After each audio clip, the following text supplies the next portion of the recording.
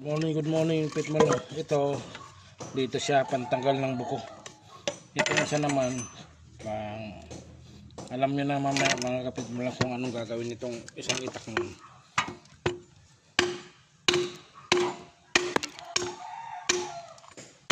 Kuha ko ng kulungan ng manok, paitlugan pala. Paitlugan ng manok mga kapitmalo.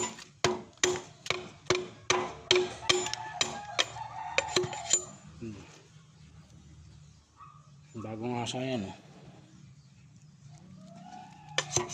Medyo matalim.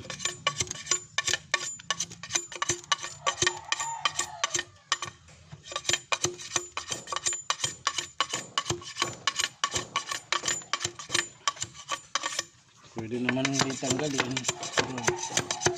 Patibay pa yan pag hindi tinanggal mga kapitmalo eh.